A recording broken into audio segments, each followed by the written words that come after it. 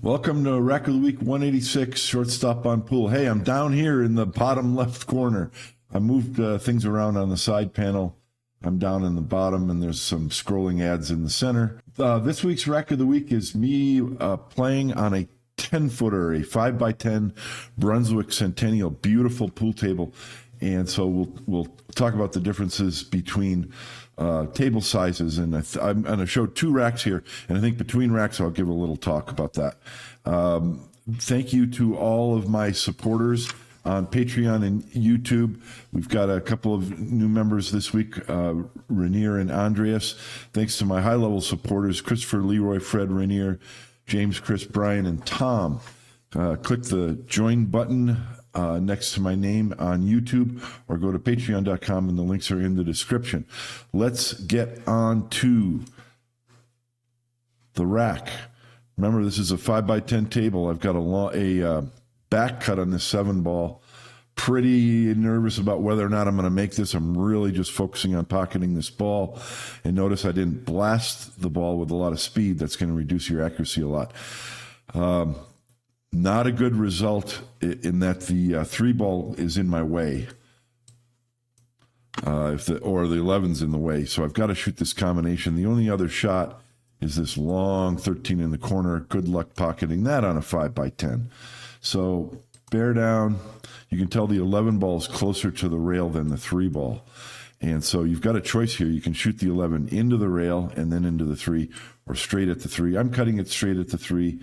And I think I just want to roll the cue ball forward. I should have a shot on the 11 this way and the 1 that way if I can pocket the ball. And so taking my time here, really lining up the shot. Here we go. This is in the Rack of the Week, so you know we make it. Let's see how cleanly it goes into the pocket, though. These are 4.5-inch pockets. That went in very cleanly, so that was nice. Notice how far the cue ball traveled. So I don't have a shot on this 11, just the 1 ball. And now what you're looking at, straight pool on a 5x10 is identical as far as patterns and looking at paths to pockets and opening clusters. All the shots are longer. You have a bit more room for position in some cases, but you still got to be really precise. So I don't know what I'm looking at. What I like is that the 2-ball, yeah, that's what I just pointed at. The 2-ball in this pocket. So if I can get the cue ball up here, there's my opponent. He's keeping score. If I can get the 2-ball up here, I can cue ball up there. I can cut the 2 in and just nudge these open. And then I have the 15-ball back this way as insurance ball. And really everything else is wide open. This ball, the 5, could be a break ball, and something could open up over here as a break ball. So pretty simple shot there. Now all the balls are separated. Everything's wide open. And you're just thinking to yourself, okay, I just need to clear these balls. This is the only trouble here. These balls are both open to this pocket, and possibly the 6 is open to the side. So the 9-ball sets you up for access to those balls. And I think that's what I'm thinking about. I didn't watch these closely yesterday, so I don't remember the patterns exactly. I think I just took a look at what angle I'm going to have on the 15, or am I coming up for the 13 or the 14? Okay, I'm coming up there. Now I could shoot the 10. Yeah, the 10's the shot because that opens up the 6 to a couple of extra pockets. So probably if I'm going to break the rack with the 5, which I'm right-handed, I might want to, I would want to go get that 9-ball out of there, and the 9 leads to the 15, but I'm not doing that. Looks like, I'm going to shoot the 6. 6 goes as well. That's interesting. That's a potential key ball for the 5-ball break shot, so it's interesting that I would shoot that. Unless I'm going to go for the 14 as the break shot. Yeah, that's probably it. So this is 13 to the 8. Okay. Ooh, well, I got pretty close to my work on the 8. If I didn't get that good, being that close, if I was a little bit off on my speed, I would have a weird angle. So I'm not sure if this ball here goes past the 15. I'm not sure of my end pattern because I'm shooting the balls that are above the break balls.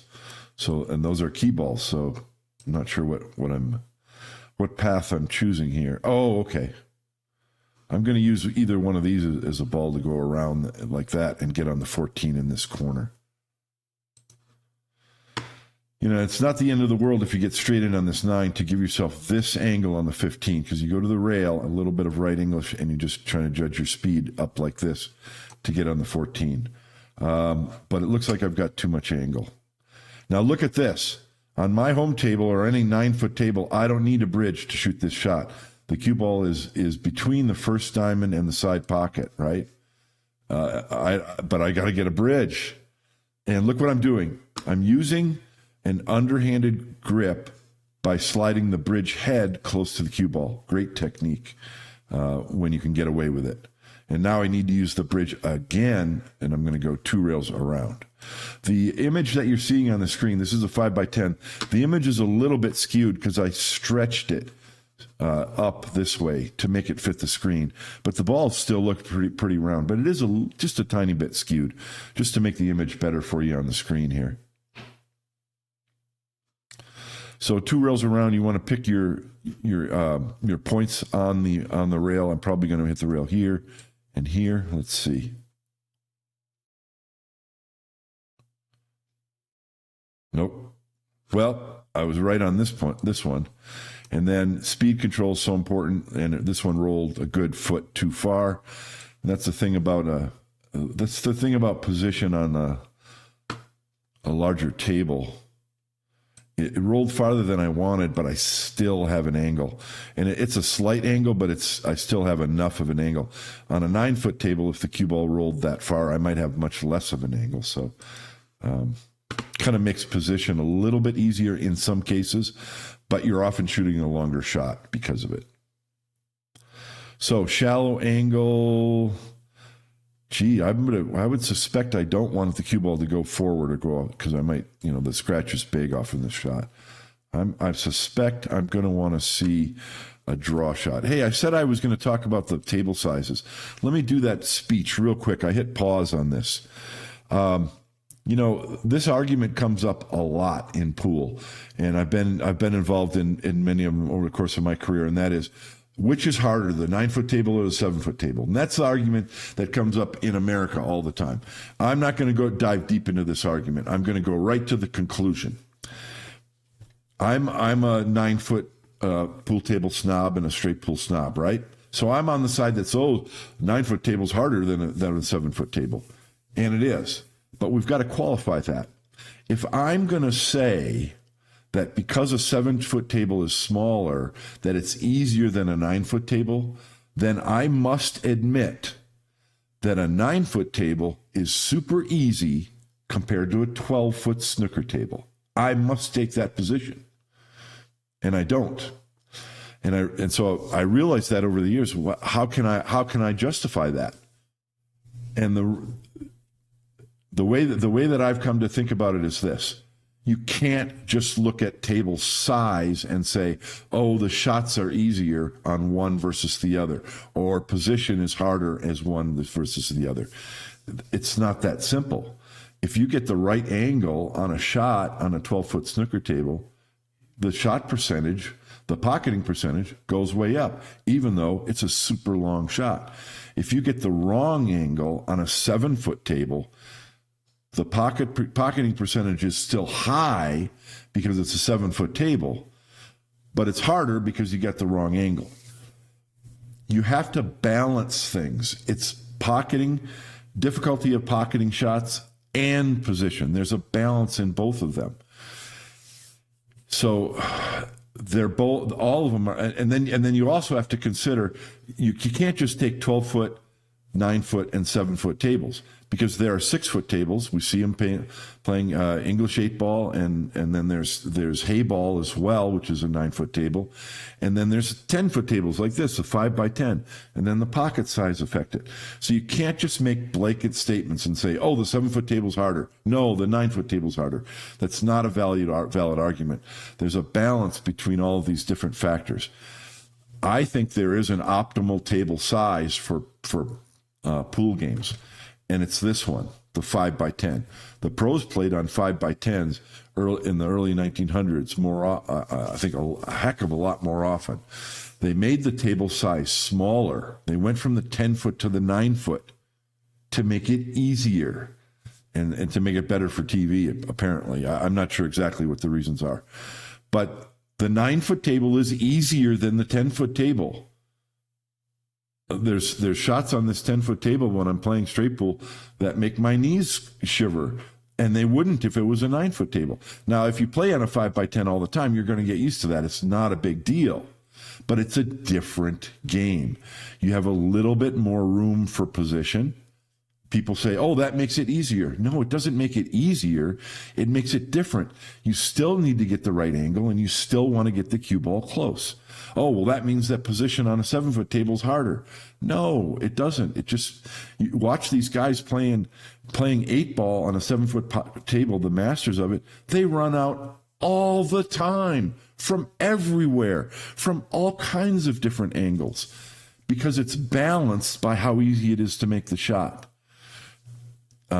Position on a snooker table is super easy because you have a 3-foot long position zone. The cue ball can hit the rail and roll for 3 feet, and you still have the right angle on the object ball. On a 7-foot table, if the cue ball rolls 3 feet, you're on the other side of the table. So you have to balance things. You cannot make blanket statements that says, oh, the snooker table is the best table, it's the hardest one, and all the other tables are. No, it's a balance. And all of the games are good. All of them are challenging. Otherwise, any player could step up and win an 8-ball tournament on a 7-foot table, but they don't. Only the top players do. And you can make the same argument on every table size. But I think there's an optimal table size, and it's the 5x10. All right, enough of that speech. I know a lot of you are going to disagree with me. Go ahead. There is no wrong answer. There's no right answer. Let's all enjoy every table size. They all have their challenges. But let me have it in the comment section. Tell me what you think. All right, shallow angle, probably going to hit low on the cue ball. Yeah, so just stun off the rack. Yeah. Oh, I don't remember why I liked including this rack. This is a difficult one. So because of the shallow angle, the balls didn't open very much because I didn't want to scratch. I could only stun or draw the cue ball up a little bit, and I don't have a shot. If the cue ball had gone a little farther, maybe I would have had a shot on the 6, or these balls would have opened a little differently. So, I mean, that break shot could have been handled a little bit differently, but as it is, I don't have much of a shot. I'm looking at this combination on the 9. I'm looking at it intently. I have 2 ways to go to it. One is I've got to hit the 10 into the 12 or the 7 into the 13. Both of those are going to throw. If I hit the 7, that's going to throw the 9 ball this way. If I use the 10, 12, that's going to throw the 9 ball this way. And I don't remember. I think it's lined up to the high side of the pocket.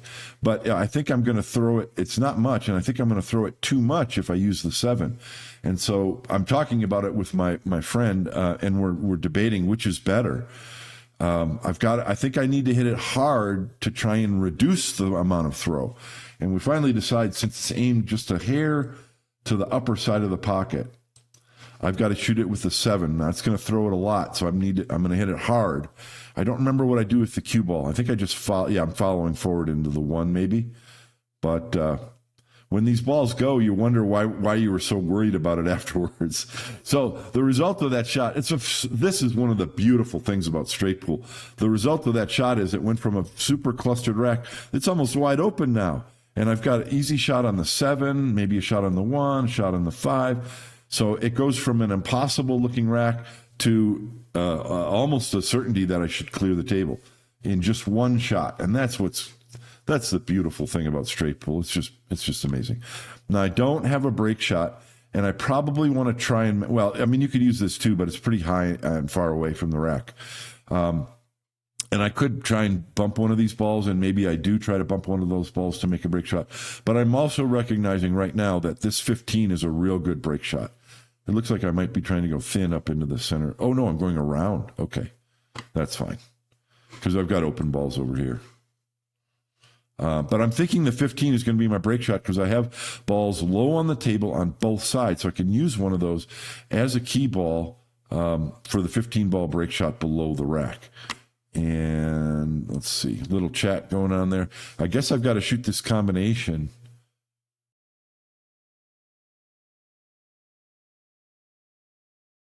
So I'm thinking I want to hit this hard enough so the 10 ball goes out of there and I'll position on the 13. But I hit it soft. I'm not sure why I did that. That was a big mistake. And, you know, after you make a recovery shot or a fancy shot like that combination, that pack shot that opened up the rack, the last thing you want to do is play bad position and make it difficult because I got all the balls wide open. So I don't have a shot in this 13. Now I'm looking at, well, I think I first looked at the 1-7 combo, but the 3-10 combination in the side is close. It's not quite there. I believe that the 3 ball is lined up either to hit the 7 or go to the high side of the pocket. So I need to, yeah, I'm aiming it. I need to hit the left side of the 10 to throw the 3 ball in that direction to try and get it in the pocket. These are tight side pockets. These side pockets, the corner pockets here are 4.5. The side pockets are smaller than the side pockets on my table at home. So the cue ball is going to go up table and back down. I just want to play the cue ball to back to center table. The bonus of shooting that recovery shot is that now that little problem of those 2 balls next to each other is gone. Luckily, I've got position on the 7 in the corner, and I'm still focusing on the 15 as my break shot. And I grazed the 10 going in, but I'm okay. Now I'm climbing down the ladder. I've got a shot on the 1 this way, which gives me a shot on this ball this way, and I believe I might have a shot on the 11 ball this way. If I do, then I can use the 6 to get on the 8, and I've got to just navigate these balls along the bottom rail to end up giving myself a shot on this 15, and I can shoot it from either side. Okay, I don't think the 11 ball goes, so I'm giving myself a shot on the 7, and then I've got to. I don't think I have the right angle. I would have wanted to come up here for the 11, but let's see what I do. Okay, yeah, I'm looking right now on the 8 shot on the 8. I like that. You shoot the 6 and then the 8 so that you can come up for the 11. And then I've got to find a pocket for this 2 ball. So you probably from the 11, you want to get the cue ball down here to shoot the 13, then the 10 this way, and then the 2 ball back that way. You see how you've got to work out the pattern for all the balls. It looks easy, but you've got to shoot them in the right order so that everything's cleared and you get a key ball for the 15 up into the bottom of the rack.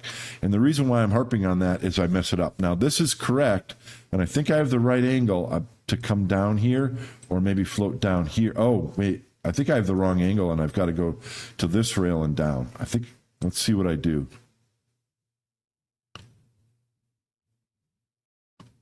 Okay, right. Oh, yeah. So what I wanted was 13-10, and then come off the rail for the 2. But the cue ball went all the way to the bottom rail, so I don't have that. So what am I going to do now? If you shoot the 10, then you have to shoot the 13 and come up here. Now you have too much angle on the 2 to hold the cue ball for an angle on the 15 into the bottom of the rack. So I really messed up by not getting the cue ball, here where I can hold it, shoot the 13 and hold it to shoot the 10 next. So that's the conundrum. This is why it's so important to figure out your order that you're going to shoot these balls and get just right. I don't remember how I solved this. I guess I got to shoot the 10. Maybe I'm trying to draw. Oh boy, I don't know what I'm doing. Oh, I've decided to use the 2 ball to open the rack. So here I just wanted to come up enough to shoot the 15 and then try and get straight in on the 13, because then I can hold the cue ball low and go into the corner of the rack off the 2. So that's a compromise, and that's not as good of a break shot as the 15, because the 15 was in the center of the rack. But this should still work.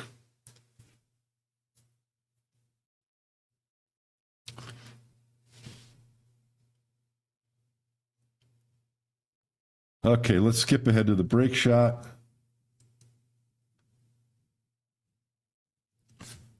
Okay, I'm looking at the angle of the break shot. Now, what you want to do is you do not want the cue ball to hit the left side of the 15 or there. You want to hit the right side so that it goes to the side rail, but you don't want a lot of left English because that cue ball can go all the way up table on you. Now, notice I had low. Now, you notice I had low on the cue ball, and that made the cue ball curve off from the 5.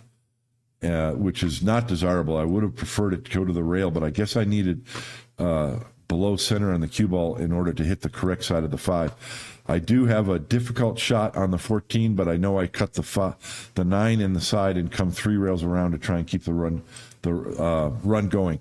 I really love straight pull on the 5x10. It's fantastic. It makes you pay attention because just that one extra foot, all the shots, even the shots when you're down table, like if you're cutting this 14 and the cue ball's in the center of the table, that's just like a really routine shot on the 9-foot. But on the 10-foot, it makes you take another look at it because, boy, it just becomes that much more missable. What a fantastic game straight pool is on the 5x10. Don't pass it up if you have a chance to do that. Hope you enjoyed this Rack of the Week. And remember, if you're going to play straight pool, play it straight. See you next week on Rack of the Week. Thanks for watching. Bye.